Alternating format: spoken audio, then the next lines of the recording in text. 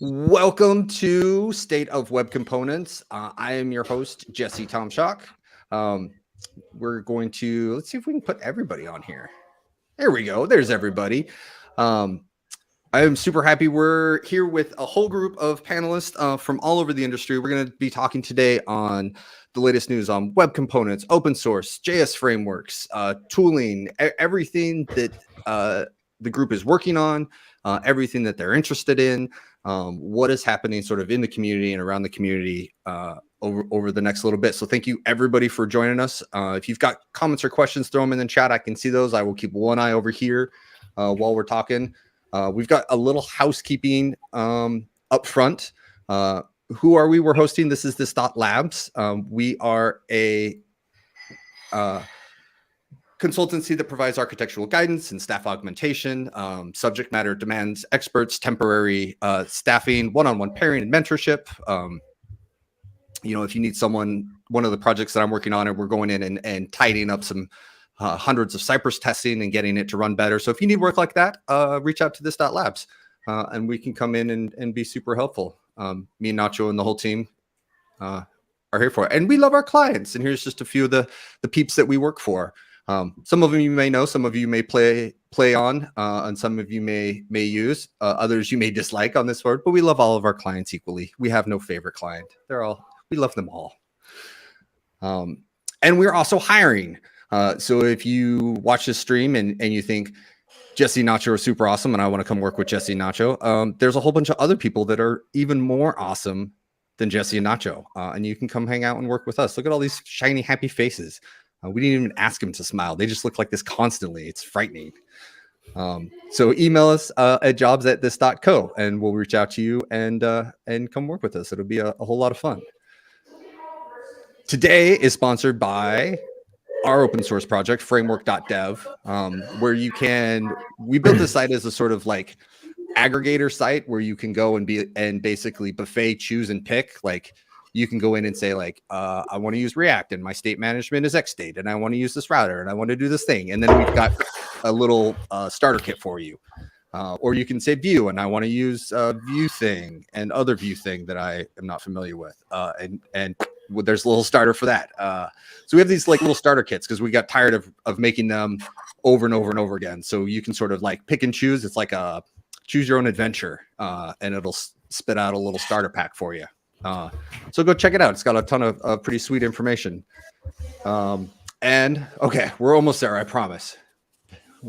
We'd started this conversation in the green room and like I can see everyone's just biting to get right back at it. So we have some amazing upcoming events.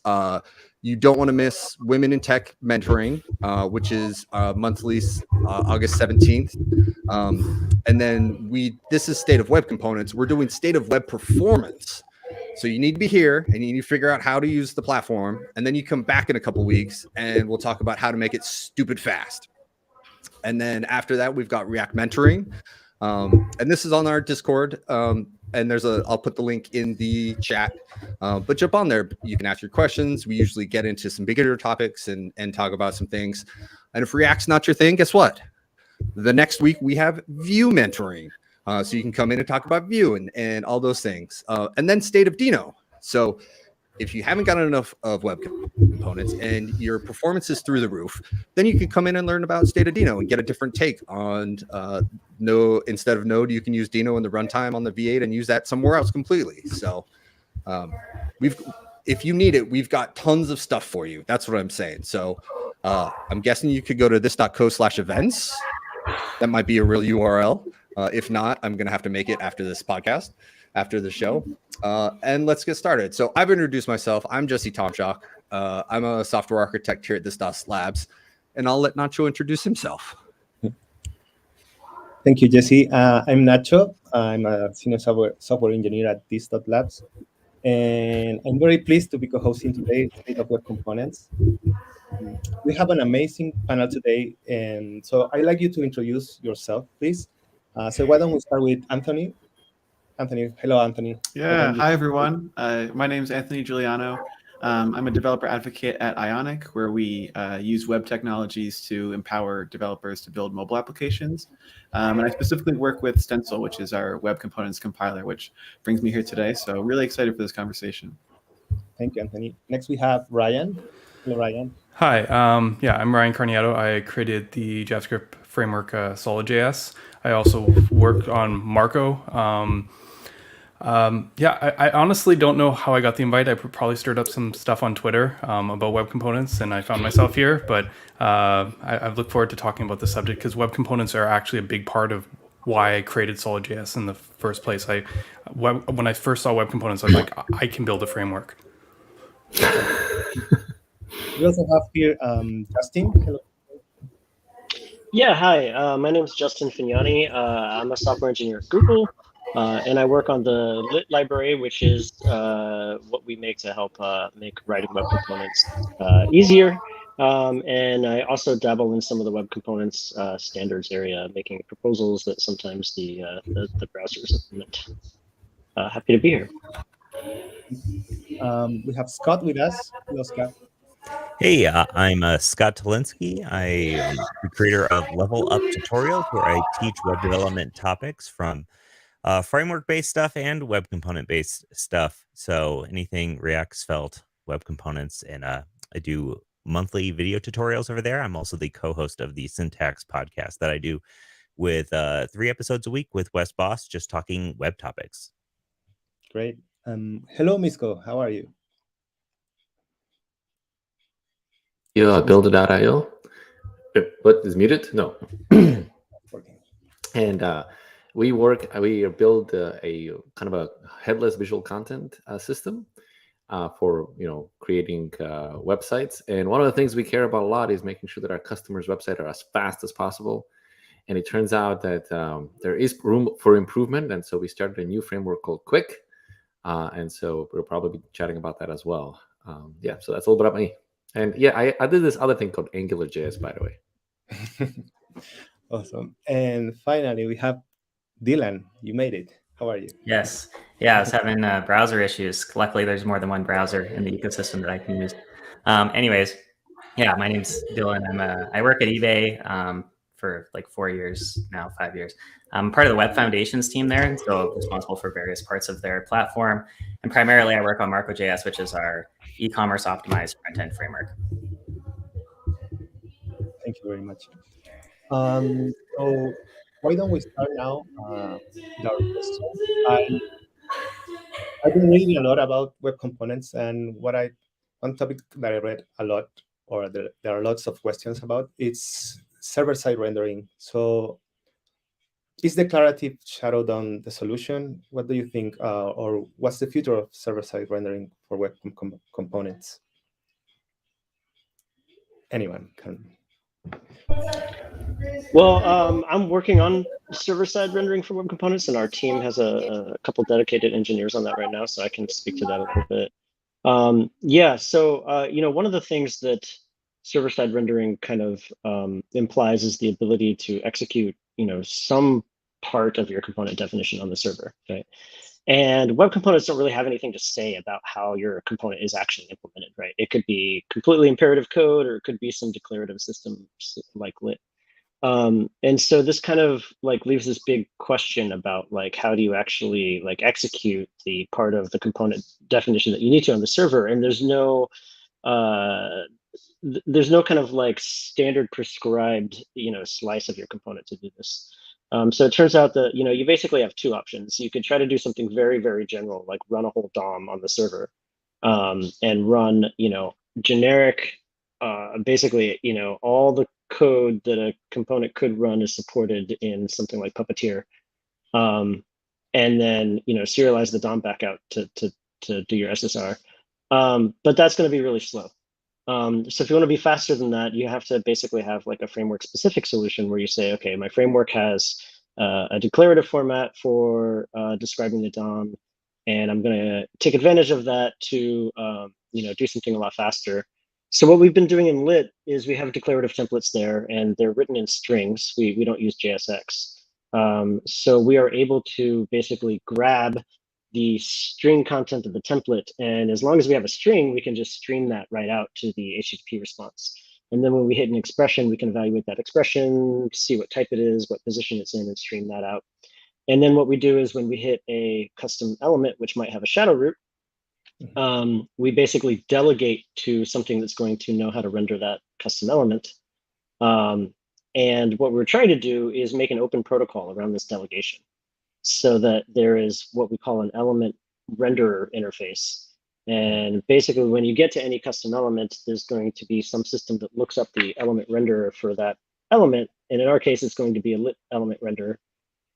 And it knows how to render the lit inside the element. And when it sees further custom elements, it's going to delegate to an element renderer. And what those things do is, render the template, and the whole template will be put into a declarative shadow root. So we're trying to get a system that's both, fast because we're not emulating the entire DOM, but also interoperable because we're able to have like a plugin system for different custom element libraries to go in there. And so we have a system that works. It uses declarative shadow DOM, so there's no JavaScript required for initial render on Chrome.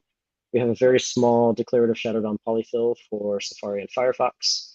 We're putting this out there. We have some updates recently where we just made a test fixture library where if you're writing unit tests for your component, you can run it through this test fixture that will actually do server-side rendering, pull the DOM back, optionally hydrate, and then run your tests. So we want to make sure people can write SSR-compatible components. And we released integrations for 11D, so you can use custom elements in your Markdown files or HTML or whatever, and they'll automatically be rendered at build time. And we're working on Next.js and after that, Nuxt integrations for our SSR system as well. I saw some it does nodding work. It's from really good. others about this SSR process. I want to take one step back. When you were going through this process, Justin, of like string template to iteration, I saw Ryan and Scott were like, yes. Are everyone else sort of on the same sort of trajectory? You talked about this open protocol, and I wanted to ask about, is there like a collective community around this? Is everyone headed sort of in the same direction? Is it hive mind? Is it dual discovery? What's happening there?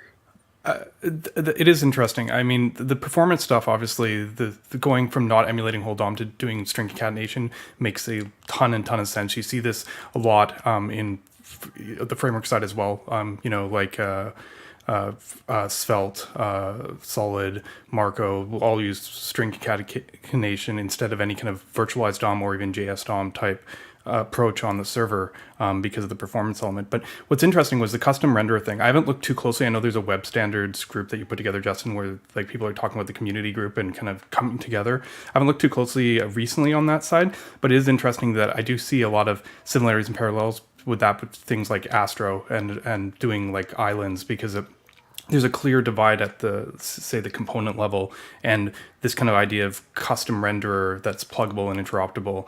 I do think it's really interesting when I see work like that. Quick, actually, sorry, I'm talking, but has also been adding that to pull in different framework components into Quick. And if there is a level where we can bring that closer to the platform, I think that's really intriguing. Well, custom elements already are that for the platform, right? It's like when the browser sees an element definition, it delegates to that element to render it. The thing is if you're not using a DOM on the server, you kind of need that same delegation pattern on the server to do SSR. It's interesting you bring up Astro because we also have integration with Astro. I think originally added maybe by their team member, Matthew Phillips, and then Elliot on our team fixed it up a bit. And their interface for delegating to a framework when it sees a JSX tag is very similar to our interface for rendering an element when you see a custom element.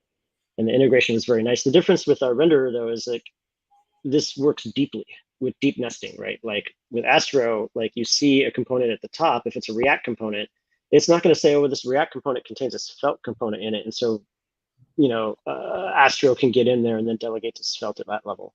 So we're trying to work on deep nesting, where if you have a lit component that then contains a stencil component, if there's an element renderer registered for both lit and stencil, that'll just work in SSR and then hydrate correctly.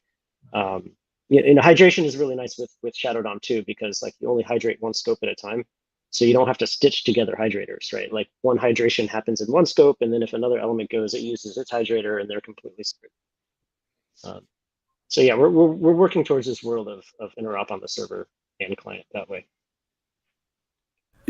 Just had a question, just related, because I do, declarative shadow DOM seems really powerful, and I think you're talking about streaming and stuff. Do you know where that is? Like, can we stream the declarative shadow DOM?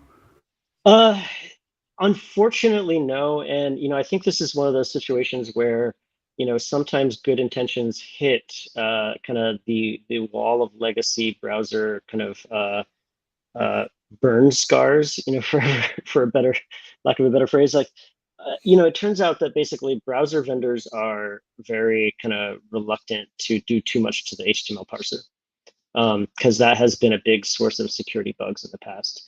And so, the way we were able to kind of propose and get declarative shadow DOM in there in a way that was acceptable to the browser vendors was to say, we're going to piggyback on template. So template already got in there, and it was a big struggle to get past a lot of security bugs because it was like a slight change in how nodes are kind of put into the DOM tree from the parser. And it's like you forget some step of the process. There's a dangling C++ pointer. You have some use after free, who knows what. I'm not a C++ programmer. So the proposal was, okay, why don't we piggyback on template? We'll use that. The parser won't change. And at the very end of the template, if it has the shadow root attribute, it'll just move all that stuff into a shadow root. What that means is that you aren't able to take advantage of streaming until the declarative shadow root closes. So this works for the island architecture, where if you have a bunch of custom elements sprinkled throughout your page. For a SPA, it's going to kind of block streaming, but also block other things like Fook. What I'm kind of hoping is that if declarative shadow DOM picks up and as usage, that we'll able to get past that fear of the security issues and be able to add in streaming after the fact somehow, whether or not it's based on template or based on a new element that has very template-like semantics but is able to support streaming. I think we first need to get past the hump of just getting all browsers on board with declarative shadow DOM as is. Is the declarative shadow DOM is this so? We talked about partial hydration and hydration. This move away from virtual DOM, is the shadow DOM the answer to this? Is this where is this something separate? Maybe you could clarify for me, like web components in the shadow DOM, and everybody here is not using virtual DOM as a sort of diffing to add to elements to the page. Can you clarify the two for me, and hopefully other people that are watching are like running up against the same like mental hurdle here? Yeah, I'll say that sometimes these things get conflated, I think, just because a lot of phrases have DOM in the name. But they're really not related, right? Like shadow DOM is just a separate part of the DOM tree that's just owned by the component, right? And is clearly owned by that component and no one else. And that's really all it is. The contents of the shadow DOM, just like the contents of components that don't use shadow DOM, is produced by some kind of template system. And the template system is what will or will not use virtual DOM. So they're really two completely separate concepts. And I'll let someone else kind of talk about that too. Yeah, I have a question about virtual DOM, because you're saying the definition is kind of undecided. Like, what makes something a virtual DOM? Like executing JSX and making object literals, is that virtual DOM or not yet? Like, at which point do you call it a virtual DOM? Yeah, I've had an interesting discussion with Evan Yu from Vue one time where, I was like, okay, lit is not using a virtual DOM, right? Because lit doesn't represent individual nodes in the tree. It basically says, here's a template with some values that we call a template result, and render that. But, if you have a bunch of conditionals and nested templates, you end up getting this tree of templates, right? So you have a tree of templates and values. And it's like, well, is that a virtual DOM or not? And I'm like, well, I don't know. It doesn't really correspond one-to-one to the DOM, but there's some kind of similarity there. I don't know, because I don't use virtual DOM, I don't really care what it is personally. Like it could be, pink bubblegum for all I care. But I tend to think that it has an analogy to the DOM itself. So, right, every element that you want to render is represented in the virtual DOM. And I think if you're doing something else, if you're not representing the elements that you want to render, then maybe it's not a virtual DOM. Yeah, it's a kind of a very, this is not a clear line. To me, like, at least the way I think about it, like when you execute JSX and it produces a object for you, right? An object literal. Well, then not essentially, necessarily, right? There's no oh, semantics to JSX. sure, It's but just like, syntax. well, there are some Like semantics, right? Stencil doesn't do that. There's some semantics in the sense that unless you want to write your compiler, which is what Ryan did, right? If you're just using JSX as it comes out of TypeScript, for example, then the only semantics you have is that you will call some function X and it will return some value Z, right? Yeah, but we have two frameworks here that don't do that, I believe, right? So like, I don't know. I'd be careful about, like, that's React semantics. Well, unless you want to write your own compiler, which is what Ryan has done, then that's kind of the semantics you have, right? This is the semantics you get out of the box out of TypeScript. You can do other things, but it's not a straight line, right? It's a complicated one. I'm sure Ryan can mention more about his path over there. Ryan is silent. He's like, I'm not getting into this. Well, I mean, JSX is kind of a tangent. I mean, if you want to go back to the virtual DOM thing, like for me, I do make a clear distinction between JSX and Hyperscript, which is what the output of JSX typically is, just because there is a whole spec without actually saying it has to be Hyperscript. But yes, most places have adopted Hyperscript. But stepping back a bit in terms of this question, the line, I think that generally virtual DOMs mean that it's two paths.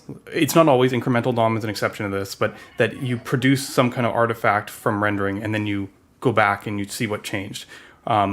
Whereas say a tag template literal is a single pass approach. Generally, every time you do an update, you go through and you compare as you go down, right? Ours is two pass. I think the distinction here is, does your template produce a value, right? Is your template an expression that produces a value that you can store in a variable and whatnot? Or is your template side effectful? Is the mere process of like the program pointer in JavaScript going over your template actually updating the DOM? So like incremental DOM, I mean, and there's different ways to do this because you can thunk incremental DOM so that you produce a function that will do the side effectful thing, which turns it incremental DOM from side effectful into a value. But I think that's kind of been the key distinction that React brought to the table, where like previously Angular kind of was like side effectful, right? Like, if there was such a concept of executing the template, while you executed it, the DOM was updated. And React was like, okay, there's template as value. You can run a JSX expression that doesn't actually do anything yet. And I think that's a very powerful abstraction, whether or not you actually use virtual DOM, is like having a value that represents the state that you want the DOM to be in the future. Yeah. As someone who does a lot of benchmarking, innately having a virtual DOM or not isn't necessarily going to be the complete decider on a lot of performance things. I just want to also throw out there because we have a lot of non-virtual DOM people here, and it's easy, like people watching the stream might be like, oh, and a lot of the narrative. I do want to point out from like a raw perspective, I think there are patterns that are involved that do complicate things in terms of performance and other considerations. But from like a how fast can I get something on the screen perspective, there is a lot of equivalency and analogs between these different approaches, which is probably why there's a lot of confusion why when you have a bunch of framework authors in the room, we can all debate this for hours on its own. I have a question. So the question that I have is web components is essentially in my world, and Justin, correct me if I'm wrong here, are two standards, right? One is the custom element, and the other one is shadow root. And together, you can build kind of reusable components with these two pieces. But what is not in the standard is a templating system. Lit being just one way of doing this, and you could bring your React component or anything else you want. And because there isn't a templating system, there isn't a way to coordinate read and writes to the DOM, right? So the standard thrashing that occurs when you interleave reads and writes, what that does to the browser is that when you do a write, it essentially invalidates the layout. And then when you do a read from the DOM and say, like, how big is this thing? The browser's like, I don't know. Let me figure this out, right? And there's all kinds of computations to kind of lay out the thing and give you an answer. And so it gives you an answer, and then you go like, great. And I'm going to do another DOM update, and I'm going to do a write, which invalidates the value you have. And so when you read again, the browser has to kind of recompute this all over again. And so a standard thing that frameworks do is to make sure that they coordinate reads and writes. How do you do that in web components? Yeah, I mean, I think there's two questions here. There's one about a template system and why that's not in, say, the web components umbrella, and then there's the layout thrashing question. I think one thing that web components maybe clarify a bit, like when you get into them and think about what the API surface actually is the difference between the inside and the outside of a component, the public interface versus the internal implementation.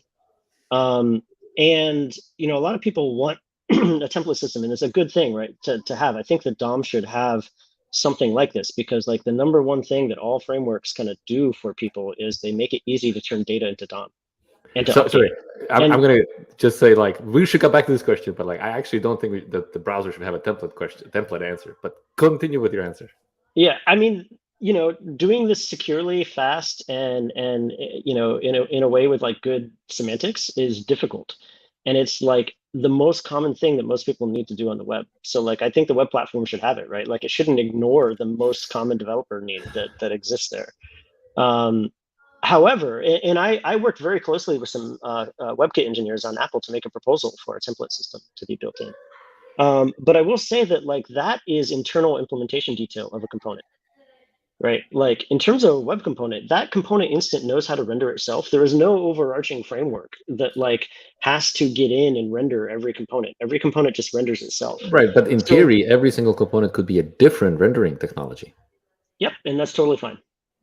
And that's Which great, is, right? but it's also kind of scary in terms of like performance and other issues. I mean, yeah, so is people using inner HTML wrong, right? That's part of the platform. So I think people will have their own standards for like what they want to use to compose their app out of.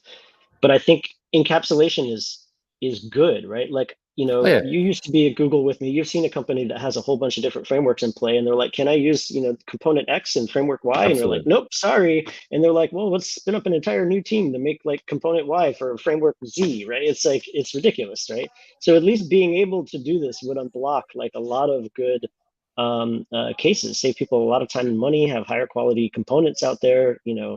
I mean, I remember when Vue 3 came out, and Evan Yu was like, does anybody have any good component sets for Vue 3? And I'm like, there's all these web component design systems that automatically work there, right? So like interop like unblocks people like from being able to just make progress, right? And I think that like, yes, if you threw 50 templating systems on a page, maybe that'd be a problem, but I don't think we see people actually do that to that degree in practice. So, okay, I think templating systems are good, but I also think that encapsulation is good here, right? And this is why I haven't worked a lot on this templating proposal, because I actually don't think it's a critical blocker to the problems people have when they're trying to use web components today, right? Like there are libraries that will do the internal implementation stuff. The thing that we need to finish is other things like, wiring up form association and accessibility and things like that. So I think web components do a fabulous job on interoperability, right? Like that's kind of their goal, and then they kind of get that, I think, right. I think what I have concerns though is that when people say like, oh, web components replace frameworks, and I'm like, well, no, there's frameworks do a whole bunch of other things like coordinating data, updating things, all kinds of state management, etc. that really web components don't have much to say about. And I'm not saying, all I'm saying is like, it's not a solution for everything, right? Like web components are good at their thing, interoperability, and then frameworks have other features. And to say that one is a replacement for other is kind of problematic. Yeah. I just want to chime in for 2 seconds, because this is like one thing I opened up a Pandora's box. Sorry. always had in the back of my mind is that web components, they're great. There's a great mechanism for encapsulating the DOM, but when we're building our applications, obviously we want to encapsulate other pieces of what we're building, like the behaviors, which is why you see all these hooks libraries and stuff like that, or you want to encapsulate how async stuff happens throughout your application. So you've got things like suspense in these frameworks. So these other frameworks, and obviously frameworks built on top of web components can provide this as well. But why is it that the browser is set up to provide a mechanism just for encapsulating the DOM when there's a lot more to building components? This is kind of my thing. And I get that it could probably be incremental. I'm just wondering if those kinds of things are in your mind. Kind of asking towards Justin. Well, I want to let also because I don't want to like completely dominate this discussion here. So I think Anthony might have been. Yeah, been reaching thank you. for I the mic. appreciate it. So I was, probably not answering Dylan's point directly, but I was just going to mention that. So like from our perspective, we see, a lot of customers who are using Stencil. They're all building design systems, right? That seems to be our biggest central use case for web components. And so kind of to your point, Mishko, I think like in terms of that interoperability, it's most valuable at the UI layer.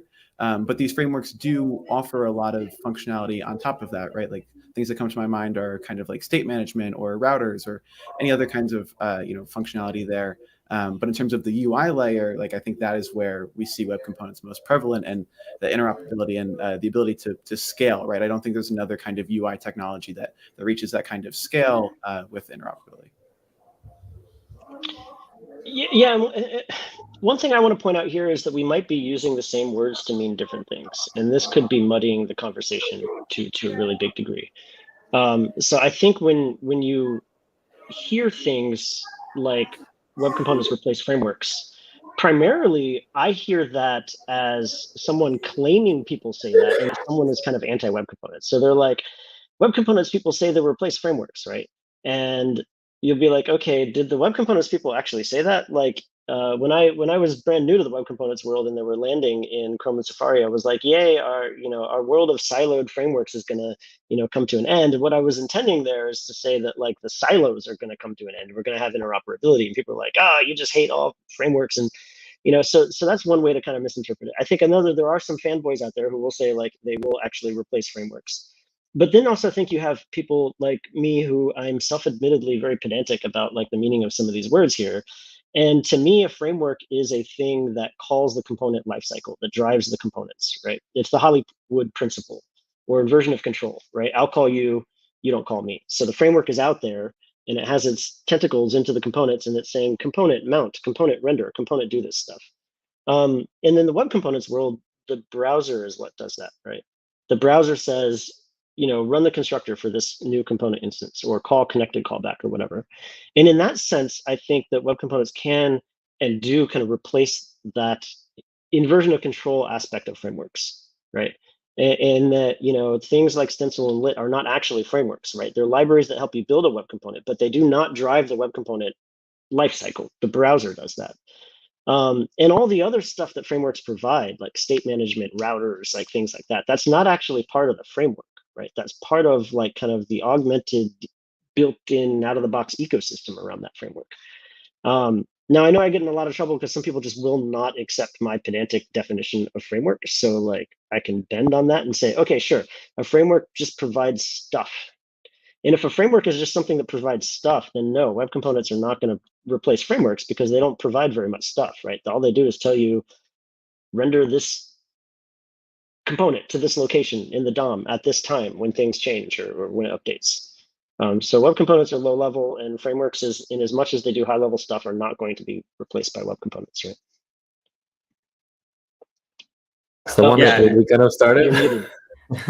No, I mean, I agree with pretty much everything you said. It's just, in my mind, I've always had components as this like mechanism to encapsulate sort of whatever you want to do in your application, which could involve, passing state through like state management stuff, or it could involve, various behavior things, injecting variables in your templates, and like all the stuff that frameworks kind of do.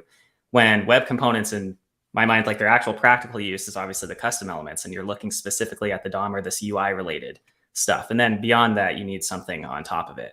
But when I hear like, web components, all the things, it's like, well, you'll always need these other things as well. So it's like, there's going to be something on top of it, which we are, probably all in agreement with. It's just, like you said, there's some fanatics out there who'll say it could do everything, but it's like, no, you probably want to be able to abstract this piece of your software into a reusable piece, and not everything is going to be a section of not everything is a component. Yeah. I forget the name. Somebody might know what I'm talking about here. There is a newish state management library from React. It starts with an R. From Facebook. It starts with an R. Recoil. Okay, there's some talk on Recoil where they show like the component tree, and we've all seen like a million component trees, and you're like, yes, there's components, but we all know apps consist of more than just components. And they do this cool 3D visualization where the thing falls on its side, and then they pull up this other tree, and they'd be like, all right, but your app actually has this completely different axis, and there's all this stuff for state management and routing and stuff. And intersects and interacts with your components. And I think that's what you're talking about here, is that like, an app is not 100% components. There's a ton of stuff that's not components, and there will be other systems and other framework like things that take care of that. Yeah. Speaking of libraries and frameworks, there are a lot of libraries I've seen for building web components. Do you think they are adding something that maybe is missing from the specification sometimes? What would you like to see in the specification that maybe is missing? I don't know.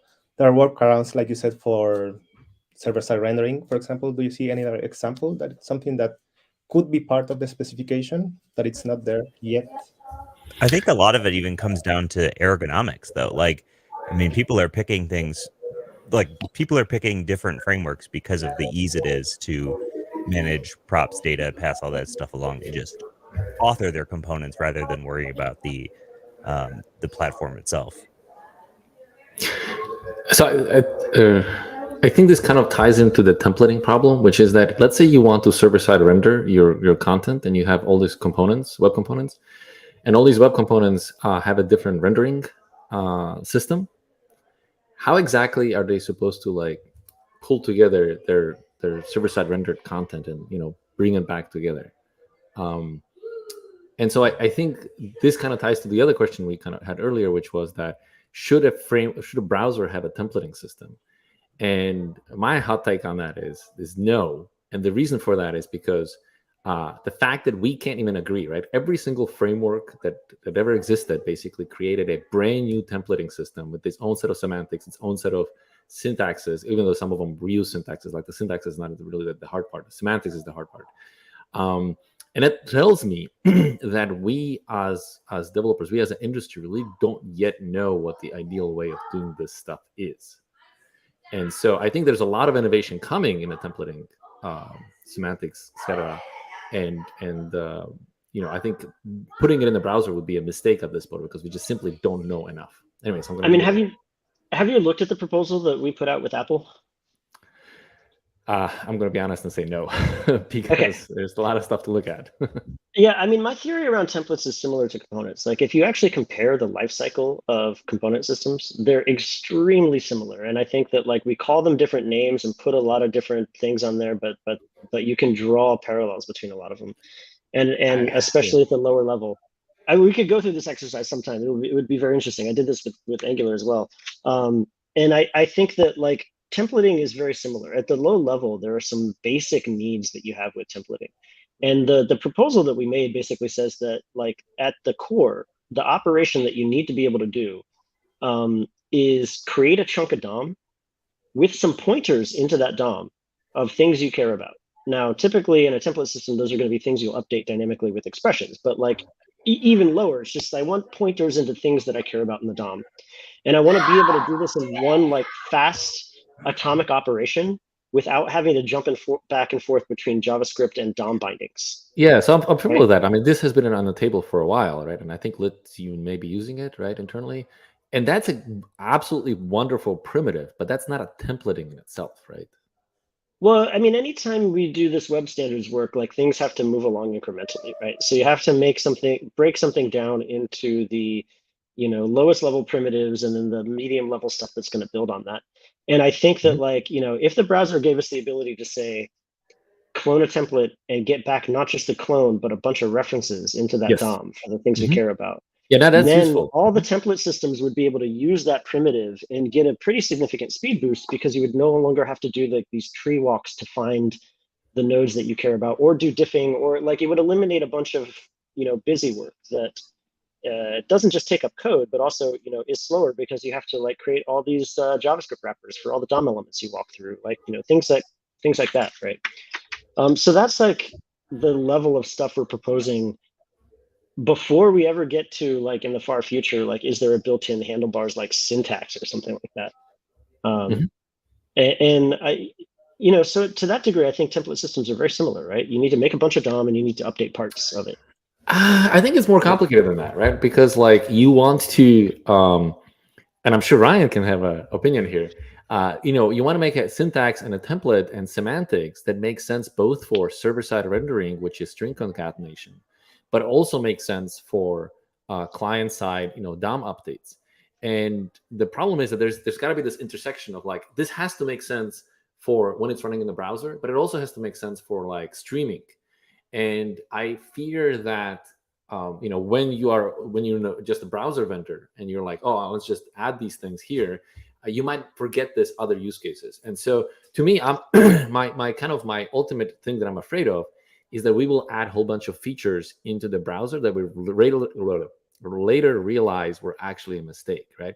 So to me, adding anything high level like a templating syntax or templating thing is a no-no. Adding primitives like you suggested of like cloning things and getting easy references to stuff, I think that's perfect. That's exactly what the browser should be in a business for, right? Because you should be in the business of making things that are primitives just either not possible and you want to make it possible, or making the primitives that are that everybody already uses and just want to make them faster, right? So in both of those cases, to me, that's a clear yes, browser should do that.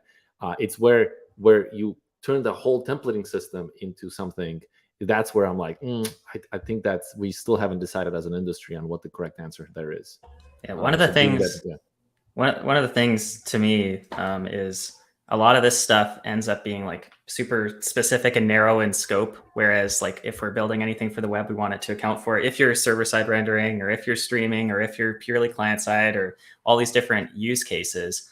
And even going to this like template thing, you can actually optimize these templates in different ways other than what we've talked about. Obviously, being able to get those references really quick, and that would eliminate a bunch of framework code, and that would be a good thing. But something that frameworks also do, if they do any form of partial hydration, like Marco, Astro, and so on, is they have to basically mark out where the top level islands are in the code and go and walk to those, right? So that's another place where you'd want kind of a similar ability to be like, I want to get all the references that I said find in this document, right?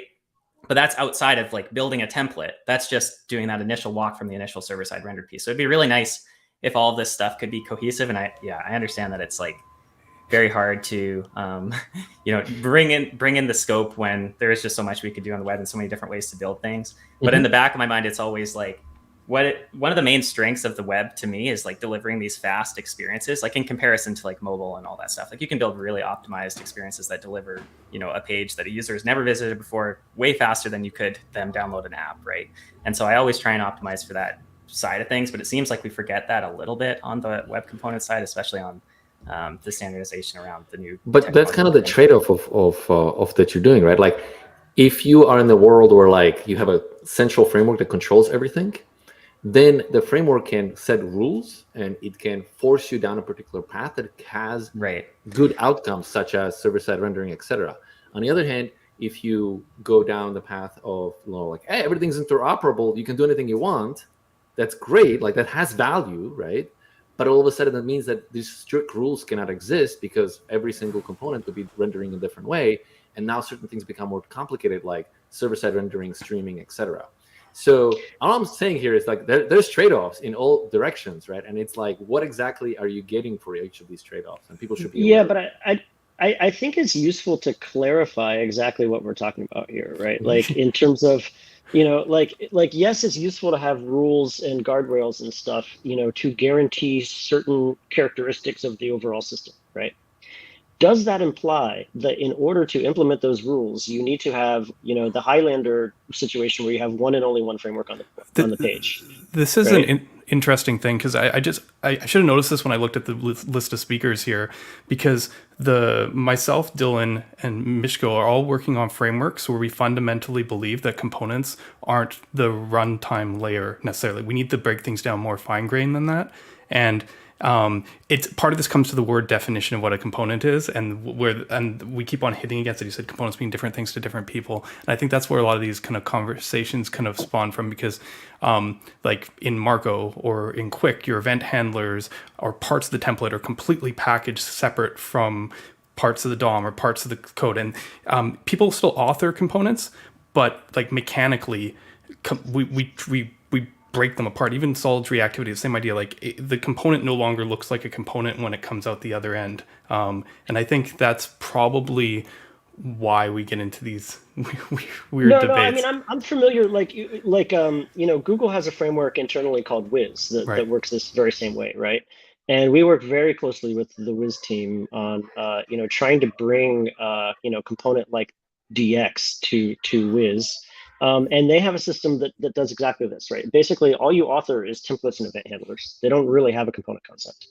And people don't really like that as a DX kind of pattern. One thing we have built is a compiler. The compiler's lit into Wiz. It has a boring name. We just call it lit to Wiz. And what that has shown us is that you can get those same kind of semantics and runtime behaviors, even out of having a component model that looks like this. But further, and where I hope we can explore on the lit side, is that I actually don't think you need to spit out and slice things that finely on the runtime side to get many of those same behaviors, right? Like, I think there's a diminishing return once you actually have good encapsulation boundaries at the component level. Because if you're able to server-side render, so we have a system that works like this in a lot of ways. You server-side render, the server keeps track of what components were rendered. And when you hydrate, you don't actually do a real hydrate on the first pass. Basically, when you render, you leave markers for where the event handlers are. And when those event handlers get triggered, then you load the component definition needed to be able to run that event handler. Then the component definitions can also be sliced, right? Like, it doesn't have to contain everything in that component. It could contain just event handler code, part of the event handler code, templates, or whatever. But you still have a component, and that component knows how to lazy load the different aspects of that component over time. And I think you can do this in ways that are encapsulated and interoperable, right? And this is a little more future, but towards some of the work we're trying to do in the Web Components community group, where we define interoperable protocols based on markup attributes and events and things like that, so that you can say, okay, there can be an event coordinator that buffers and listens for events and then tells your component to load. And after that, your component knows how to render itself. It doesn't require that you use the same template system everywhere, right? I think there's a difference between what is theoretically possible and what is just the happy path that people end up on, right? For example, lazy loading is theoretically possible with all existing frameworks, right?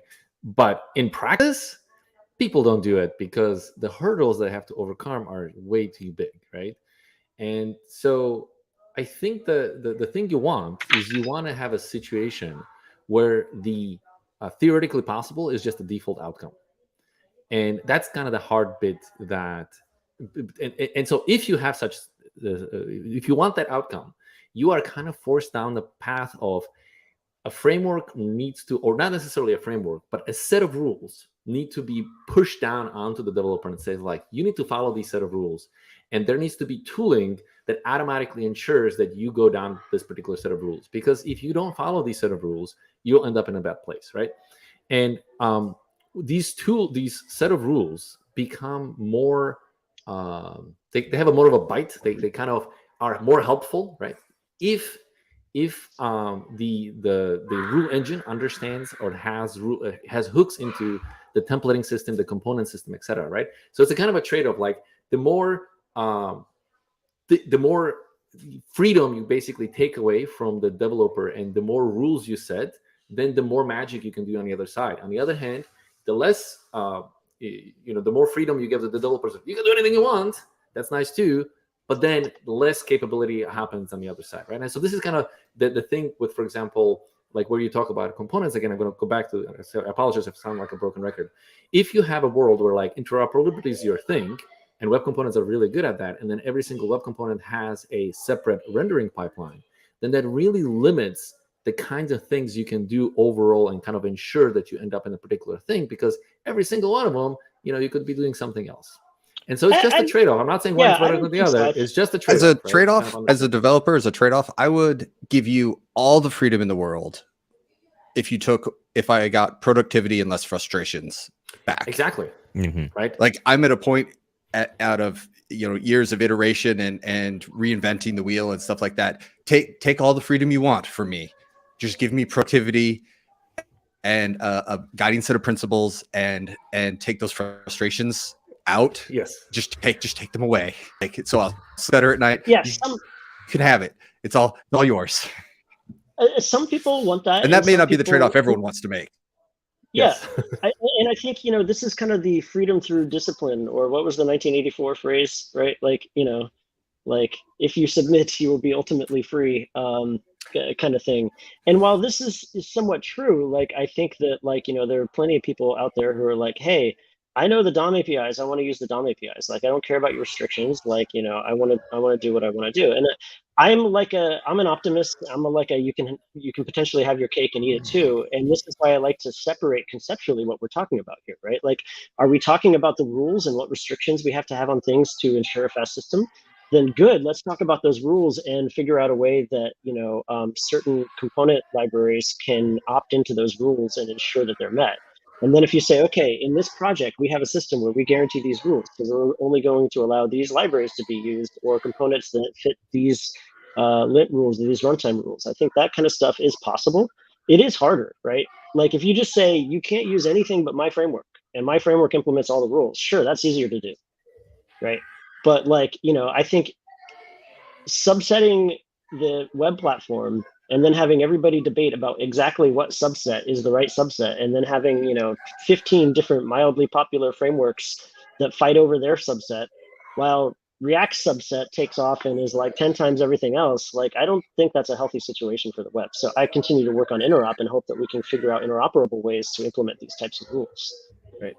Yeah, I will say like these types of rules in my mind typically make more sense at like the compiler level, where you do have this like entire knowledge of the application, right? Like the limitation the browser has is it doesn't know all that you're going to send to it unless you send all of it to it, right? And on the partial hydration or subtemplate hydration or the lazy loading like quick and all that stuff, being able to know sort of on the back end what's needed for the browser is kind of the benefit. So I think a lot of those rules make sense to be, as a build step style thing. But I do think that a lot of the stuff, like, like I said, like the templates, just the ability to look at it from maybe this code is going to be lazy loaded, or maybe this code is going to be server side only. Like, how can we do stuff that, framework authors are also going to be able to leverage to make their frameworks faster and also make it easier for devs to build stuff using, vanilla web components and stuff like that. Like, I think that like templates as a standalone proposal could be abstracted into something that gives you better primitives, like just, hey, I need to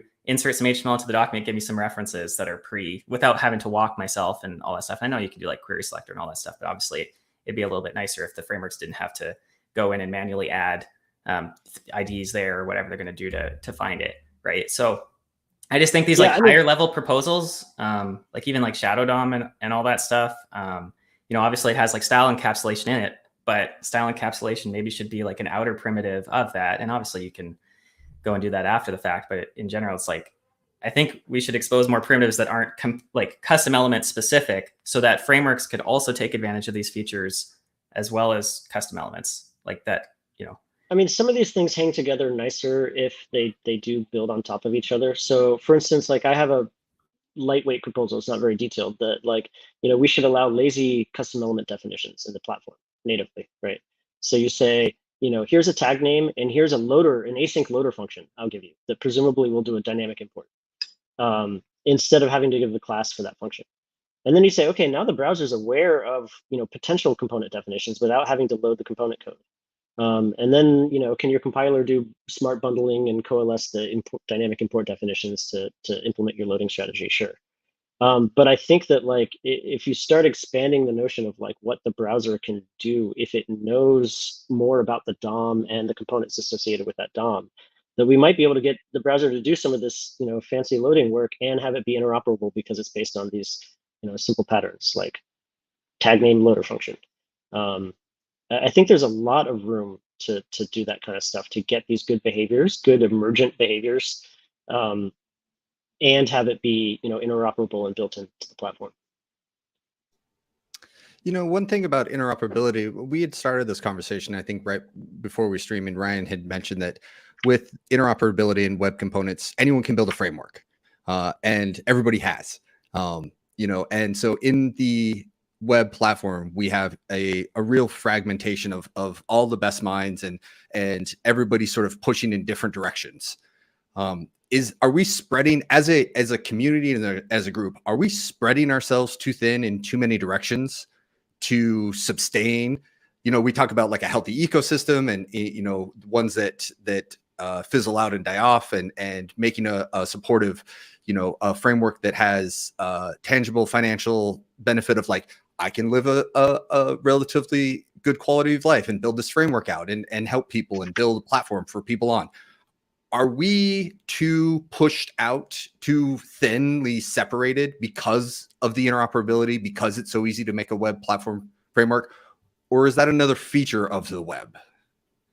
I personally think it's an experimental phase right now where there's a lot of different ideas and a lot of different, a lot of different approaches being taken to solve this problem. And that's not necessarily, the long-term outlook of everything, but maybe that's just right now where everyone is getting to experiment a little bit, and what's with the long-term path will shake out.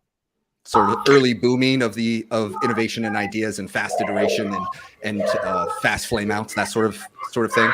Yeah, I mean, it kind of happens every single time there's a wave of anything, with whether or not there's like 5 different type checking anythings, and then it all just kind of dwindles down to TypeScript, or everything moves into one or the other, or a couple of major players, and the other ones all kind of either die out or become niche.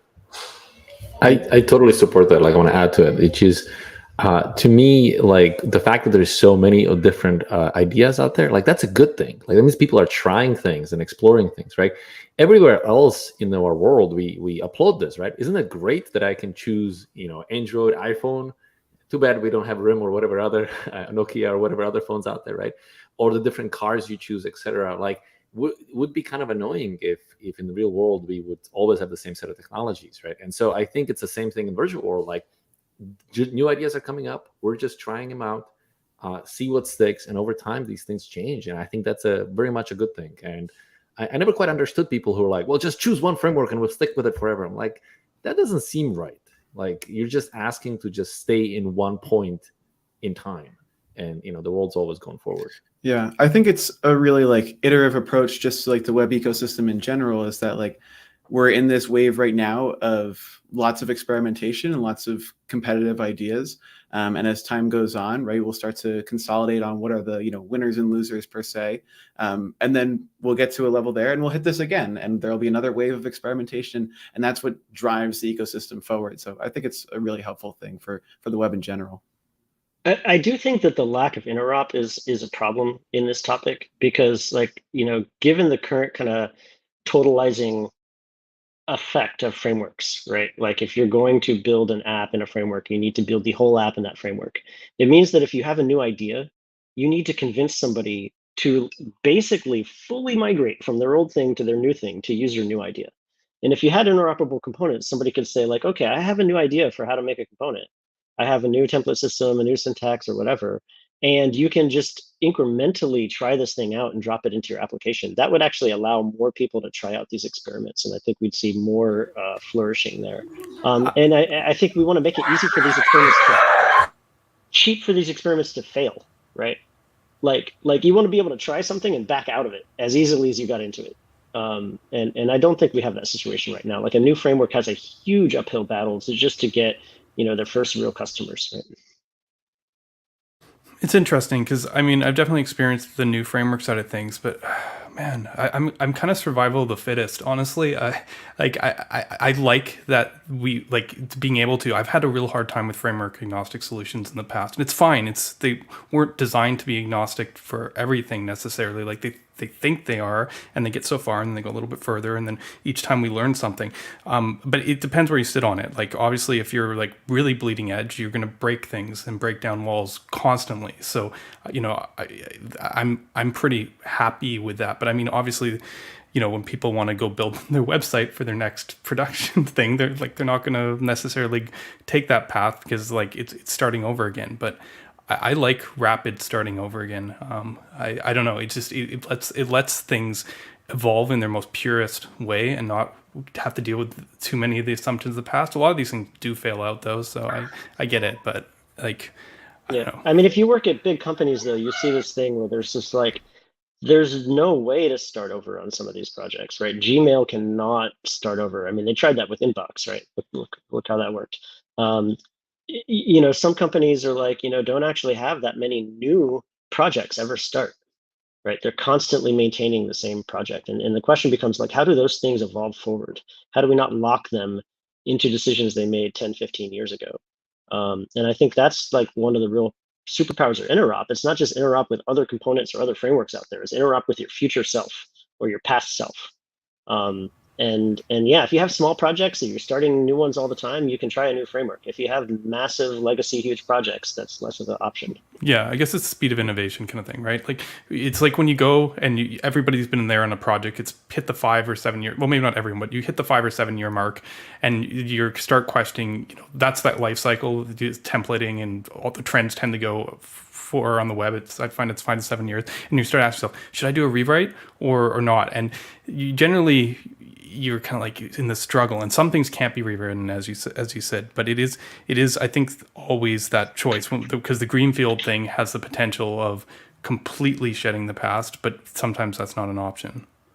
I mean, sometimes the complete rewrite is a complete mess, right? And it's like the second system syndrome, right? So I definitely prefer to like enable people to do aggressive refactoring. Like, we're going to rewrite it in place, it's going to work the whole time, we're going to add new features as we go and move to the new framework, right? And that's just typically not done or possible these days. And I think we'd have healthier projects if they could evolve faster in place. So I want to explore this interoperability a little more, because your argument is basically that web components wants to be the interoperability, right? But if you have an existing framework like, an existing application, let's say Gmail as an example, like they don't use web components, right? And so like that's not actually in any way helpful to them because they can't move to a framework and web components are not in there, and so on.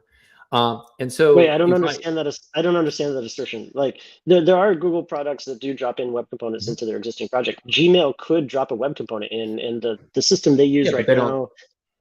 I'm just saying that as of right now, they are not using it, and so adding web components isn't going to add them anything, right? So if they wanted to choose a different framework, it's much better to create an interoperability between old and new framework, because you can match the two systems directly rather than go through a third thing, which is the web component. So you have I don't know, that's an assertion you're making that it's better. I would say that it's not, right? Because then you're always building my personal experience end-to-end adapters for every framework, right? Well, but the thing is that so for example, when we went from AngularJS to Angular 2, we had an interoperability. And because the interoperability understood both sides, right? Like we understood how AngularJS worked and we understood how Angular worked. The interoperability was very tight. Whereas if you put a web components in it, now you have the least common denominator problem. And so yeah, but I would argue that the problem from the beginning is that the components are tightly coupled, right? But there's good and bad that comes out of it, right? So like I will, my point is that if you make everything web components, then you are making a trade-off, right? And you're saying all of a sudden, I value interoperability above all else.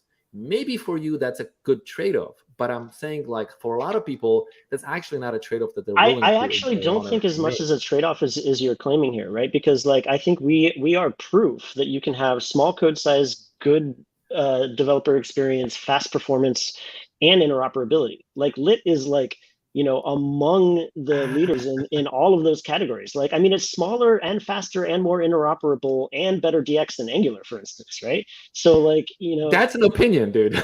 Okay, DX is the opinion, but the other measures are pretty objective, right?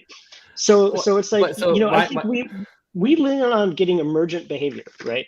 We say that these two components do not know about each other. Even in Lit, when you have a Lit parent and a Lit child component, they have no idea that each other are written in Lit.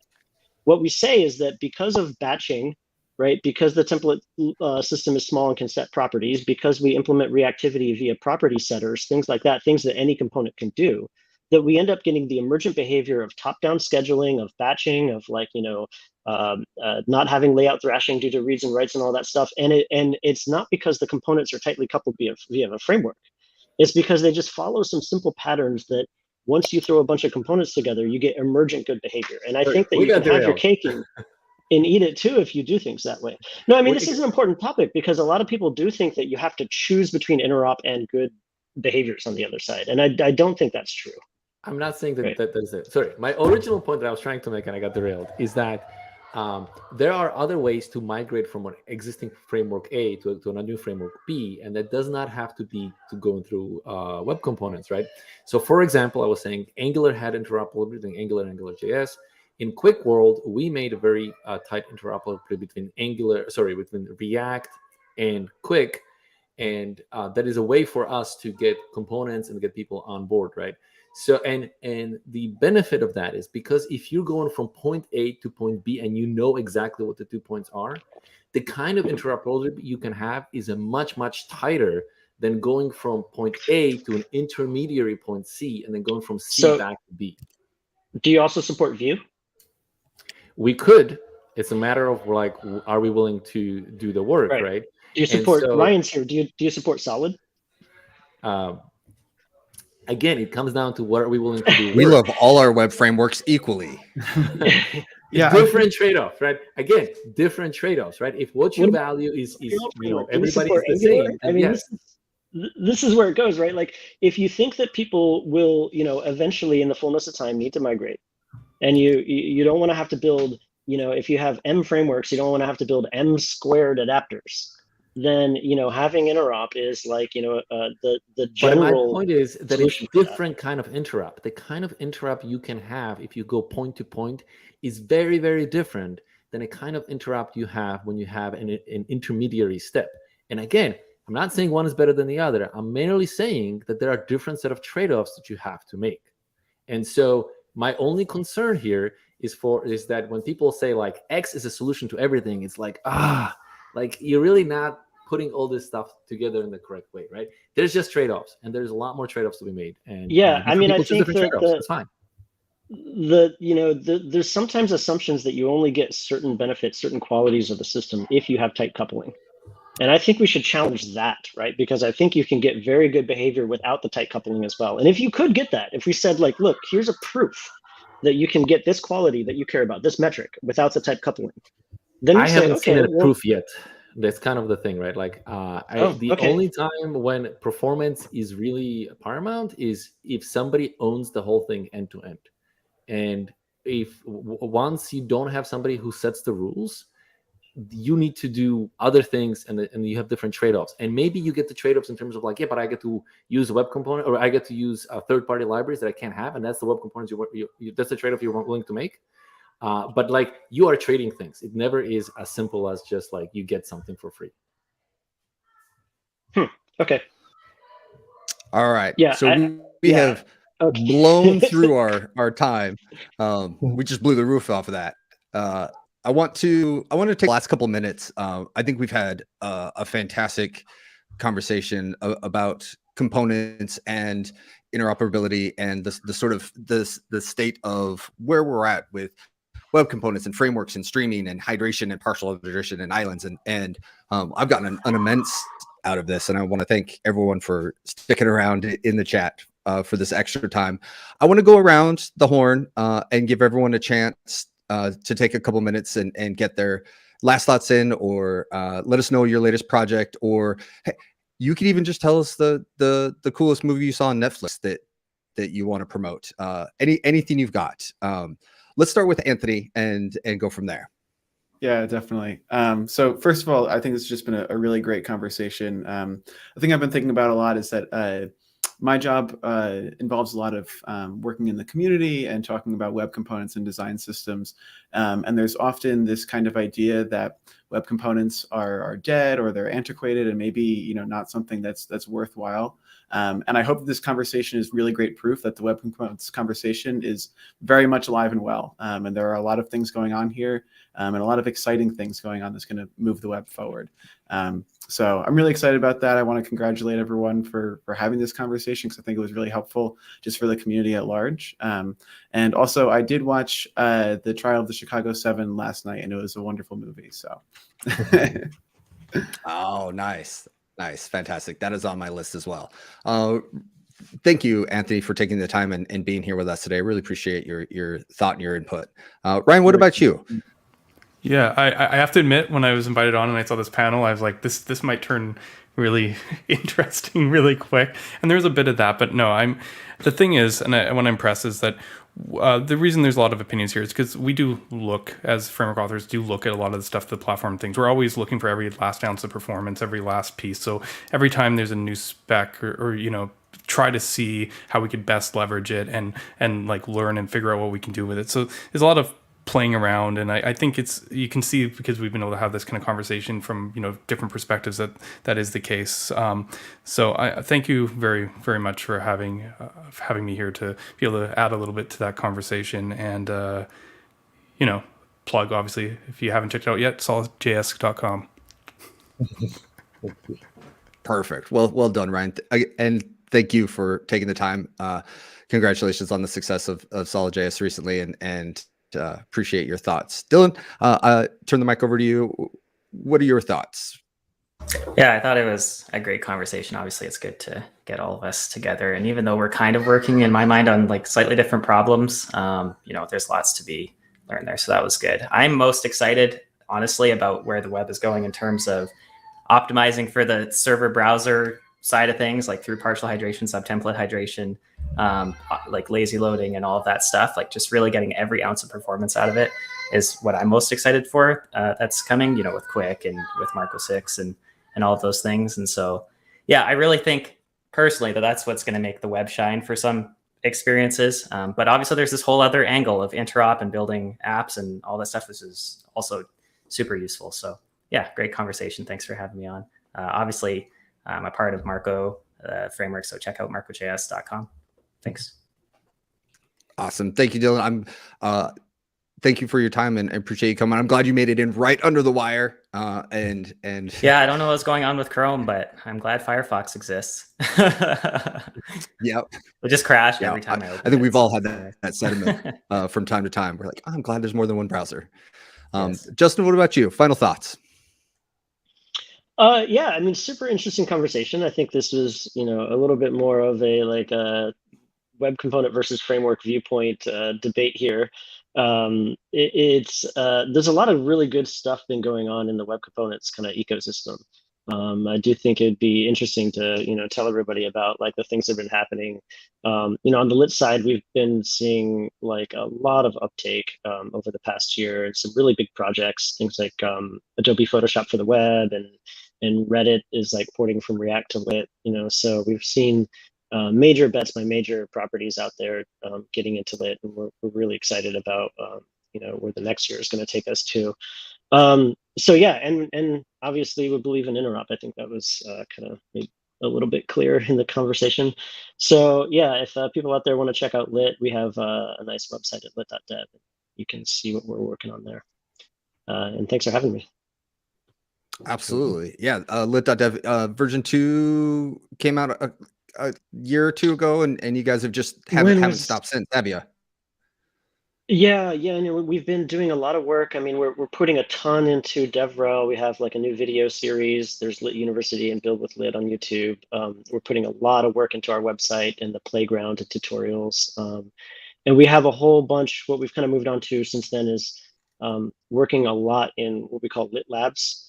So that's where SSR is happening. We're doing kind of framework wrappers to smooth off some rough edges and custom element support. We have like animation libraries and observer libraries and a bunch of stuff happening there. So over the next year, we'll probably be graduating stuff from labs and incorporating it into the core libraries that we have. Cool. So I'll head over to Lit Labs and check out the Bleeding Edge. Exactly. Yeah. Awesome. Well, thank you for your time. Really appreciate your thoughts and your background, your opinion, and everything today. Appreciate it. Right, Scott, let's go to you. Yeah. It's wild to me. It's like an end user of a lot of this stuff, and largely like a framework user, just how far it's all come in terms of like, web components have always been the dream for many of us, especially like, when we first heard about the possibility of having something like this in the browser, to me, that was such a big moment, I think, for the web to even gain this kind of functionality at all. So really the dream is largely here in many ways, and in many ways there's still a lot of growth to happen, but it's pretty sweet that I can drop in a web component and get video streaming functionality and custom players with any framework that I could possibly want without having to worry about it. Just drop it in and it just works as an end user, right? So I'm personally just really excited to see where this all goes, how it continues to evolve, and it's already pretty amazing. So if you want to hear me talk with Wes Boss about web stuff once, twice, 3 times a week, head on over to syntax.fm. We do 3 podcasts. We interview a lot of really smart people, and if anyone ever wants to come on and talk web components, hit us. Yeah, absolutely. Hit us up in the comments. We do a Friday weekly interview show, and we'd love to have anyone on to discuss your libraries. Fantastic, Scott. Well, thank you so much for your time. I know I love the show. It's on my podcast feed, and I think you've got a half dozen people right here that would jump at the chance to continue to carry on this conversation and Totally. Explore the depths of this sort of web platform. Just appreciate your time today. Miško, what about you? Well, I think most of the people already said how much they love each other, so I'm just going to echo the same thing. I love you all. This is so much fun. It's so nice to have everybody here. Also, Scott, if you want to talk about hydration and resumability, we should chat. The plug is, there's this cool company called Builder, and Builder does what we call headless visual CMS systems. In other words, you can have some components built using your classical code, Git, etc. And you can have some components that are built using drag and drop editors, and it kind of opens up a cool way of building websites, etc. for companies. And one of the things that we're focusing on super hard is we want to make sure that e-commerce is super fast, and we wanted to make sure that our customers can have the best possible time to interactivity. And so we're working on this cool thing called Quick. And Quick, the basic idea behind Quick is this thing called resumability. Quick is not the first one to stum up with this. I think the credit probably goes to Wiz, and I believe Marco team is also working on resumability as well. So I think resumability is the way of the future. I'm not sure if Quick is the way of the future, but definitely resumability is the way of the future. And so I think you should check it out because it's definitely what's going to happen next couple of years. Fantastic. That's QWIK for everyone out there who may have not. Yeah. We misspelled that just so you know, SEO and all that stuff. QWIK. Yeah. Well, once you know, it's easy to find. Yes. I went through that a long time ago. So Miško, thank you for your time. Really appreciate. And to my co-host, Nacho, thank you for coming in and putting all of this together and all the effort in getting this done into everyone at this.lab. So thank you. And we will see you next time at the state of, we're going to have to do this again because we already blew through our time. We're going to have to come back around sooner rather than later and have everyone back. Thank you everyone for coming. Really appreciate it. And from everyone at this.labs, have a wonderful day. We'll see you